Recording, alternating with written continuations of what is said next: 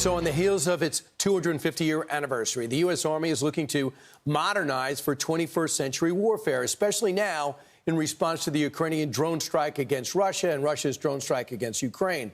The U.S. Army Secretary Dan Driscoll warns that U.S. is not ready to fight against a similar attack. Secretary Driscoll joins us now.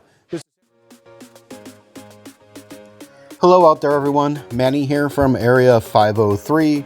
I know it's been a while since I put out a video, but I saw something this morning on the news that I thought was pretty interesting, and I wanted to share it with you all and get your thoughts. This is a recent interview with the Secretary of the Army, Dan Driscoll. And in this interview, they're talking about the upcoming parade to commemorate the 250th anniversary of the Army. But during this interview, Secretary Driscoll makes a very interesting comment about a location of a possible, or I guess I should say a possible location of a soldier. And I want to play it for you and ask you what you think about it. The Army started planning this long in advance because what we believe is this will continue the strength in recruiting and retention that we have as young Americans across the country get to see all of the amazing things that the Army has done, whether it's helping with floods in North Carolina or wildfires in California, or we talked to an astronaut yesterday who's on the moon, who's a soldier, or we talked to an astronaut yesterday who's on the moon, who's a soldier. We talked to an astronaut yesterday who's on the moon, who's a soldier. So there it is, folks. The Secretary of the Army says that he spoke yesterday to an astronaut who's on the moon that is a soldier. He didn't say the International Space Station. He didn't say in a capsule orbiting the moon. He said specifically that he spoke to a soldier that was on the moon. And I want to ask you folks this. If that was a simple case of him misspeaking and he just meant to say something else, what could he have possibly have meant? Where would there be an astronaut that's a soldier on the moon? Like, I'm baffled by this. He clearly didn't say on the ISS or on the International Space Station, which if somebody has a chance to check out who's all up on the space station, let me know if any of the astronauts that are up there currently are soldiers or not, Army soldiers specifically. I didn't hear about anything like that, but I suppose it's a possibility. It just seems really damn strange. It almost seems like he knows that there's a base on the moon and he let it slip on accident. I don't know. What do y'all think? Let me know in the comments section down below. And I'll try to get more of these quick type videos out as I've been real busy with other projects, as everyone knows. If you've spoken to me or followed me on Twitter, you know that I'm busy with other things. But I'm going to try to get some more of these quick style videos out as things pop up, just to get some commentary out there and to give you all something to talk about. So let me know what you think about it in the comments. And I will go ahead and play the full interview here so you get the entire context of what the Secretary was talking about. Until next time, guys, this has been Manny at Area 503, and I'm out of here. Take care. So on the heels of its 250-year anniversary, the U.S. Army is looking to modernize for 21st century warfare, especially now in response to the Ukrainian drone strike against Russia and Russia's drone strike against Ukraine. The U.S. Army Secretary Dan Driscoll warns that U.S. is not ready to fight against a similar attack. Secretary Driscoll joins us now. Mr. Secretary, you saw what the Ukrainians did. They put trucks, buildings, opened up, 117 drones come out, and they hit predetermined sites and really do some serious damage to the Air Force and bridges inside Russia. Are we ready to protect our country against something like that?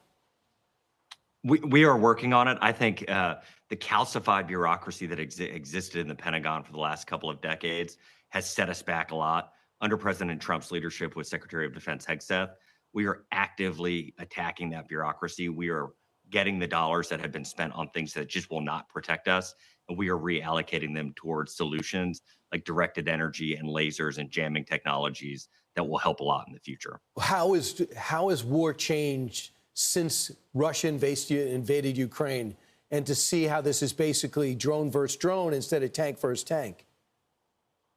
So we used to say that the United States Army owned the night. Most of our missions would be set up so that our infantry could move at night. We would move our tanks and our Humvees at night.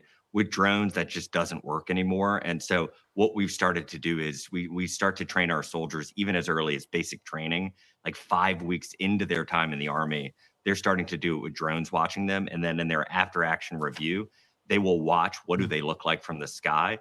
And this is just a completely different way to think about moving men, women, and equipment through a battlefield. President of the United States went to Fort Bragg, and by the way, he was able to announce recruiting goals are 100% of where they should be. They're surpassing all types. I know Marines were staying with it, but now the rest of the branches have caught up. That must be a good feeling. How was the president received at Fort Bragg? And how is the news resonating with the military community that all the names are going back to their original names before they were changed for political correctness?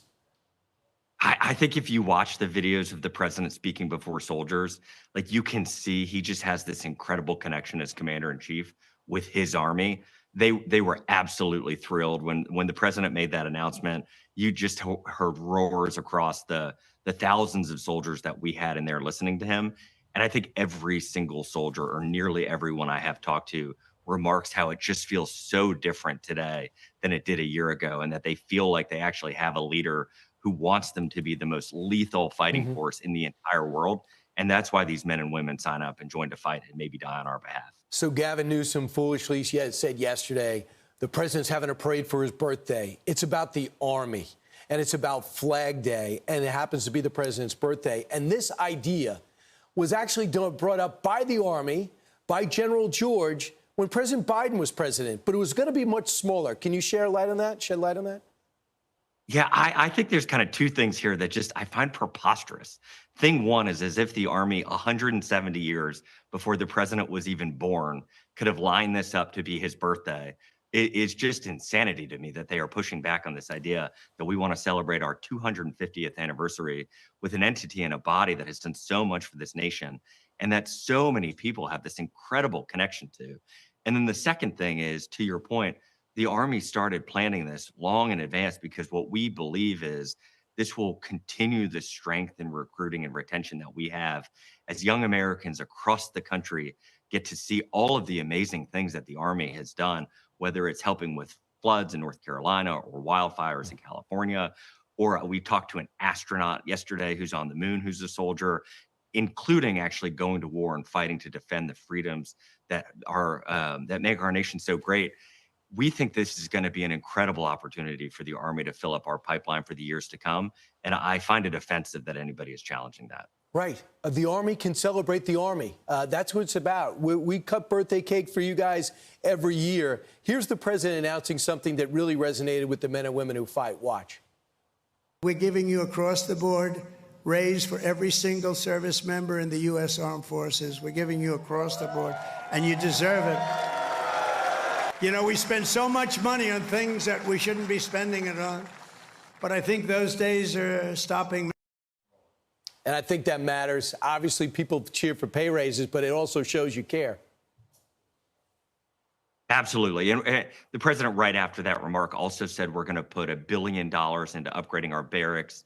When I talked to him and I talked to the Secretary of Defense, Hegseth, we often remark, especially for the Secretary and I, it's our friends that are serving. It is the people that Secretary Hegseth and I were with whose kids live in these buildings and live in these communities. And the president cares so deeply about this population. And he's been doing an incredible job working with Congress and the Senate to start to prioritize the soldier and their families again. Absolutely. So when you need you to fight, you're ready, and you feel like the country appreciates you.